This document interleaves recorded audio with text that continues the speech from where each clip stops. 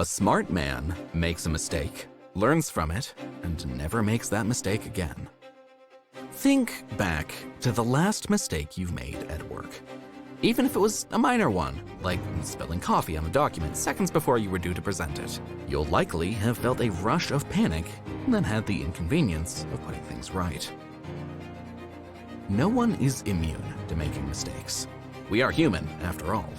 But if we simply apologize and carry on as before, we're in danger of repeating the same errors.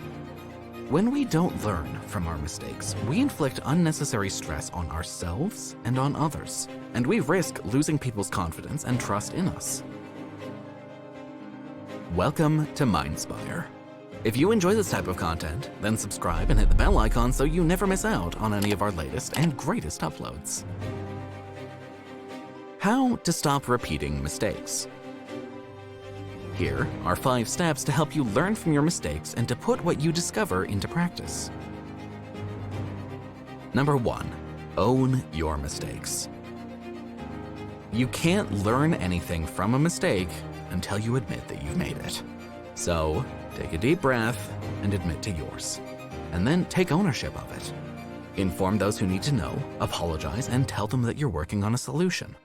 Saying sorry takes courage, but it's far better to come clean than to hide your error, or worse, to blame others for it.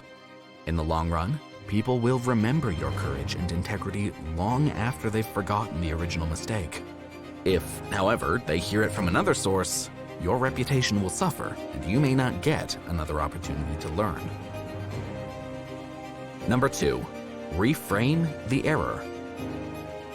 How you view your mistakes determines the way that you react to them and what you do next. Chances are, you'll view your error in a purely negative light for as long as any initial shock and discomfort about it persists. But if you can reframe your mistake as an opportunity to learn, you'll motivate yourself to become more knowledgeable and more resilient. When you've acknowledged your mistake, think about what you could do to prevent it from happening again.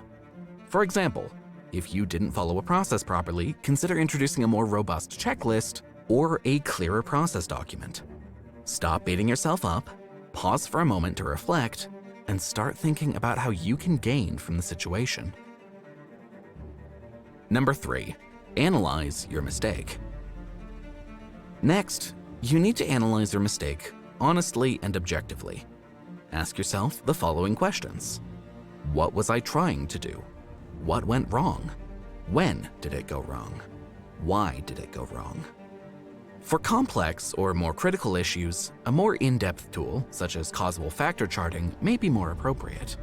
Conducting this post-mortem should reveal what led to the mistake and highlight what needs to change in order to avoid a repeat. Number 4, put lessons into practice. The danger at this stage is that work pressures force you back into your routine tasks and habitual behaviors.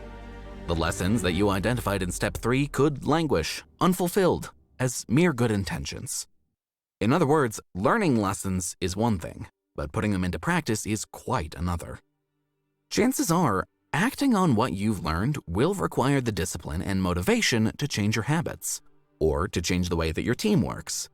Doing so will help you avoid self-sabotage in the future and will allow you to reap the rewards and benefits of implementing better work practices. Here, you need to identify the skills, knowledge, resources, or tools that will keep you from repeating the error. Do so with care, though, because quick fixes will likely lead to further mistakes. Any actions that you take to implement your learning need to be enduring and something that you can commit to.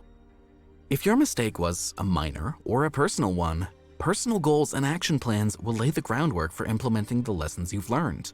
They can give you a timescale to work to and a list of tasks that you'll need to complete. The specific tools that you use from there on will depend on the particular lessons that you need to put into practice. For example, if you learned that a mistake occurred because of your forgetfulness, aides mémoire or greater attention to detail could help. If you found that your organization skills were below par, digital planners and spreadsheets would be useful. Or if you discovered that an error occurred because of a cross-cultural misunderstanding, your communication skills might need a polish.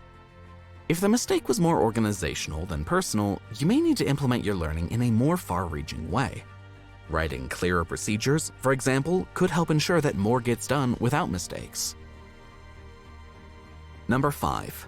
Review your progress. You may have to try out several ways of putting your learning into practice before you find one that successfully prevents you from repeating past errors. The plan, do, check, act cycle is a great tool for pinpointing the most effective solutions. From there, monitor the efficacy of your chosen tactic by reviewing the number and nature of mistakes that do or don't still get made. Asking someone to hold you accountable can help you stay committed to your new course of action.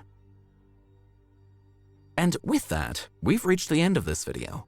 If you've enjoyed this video and found it helpful, don't forget to leave a like and subscribe for content just like it.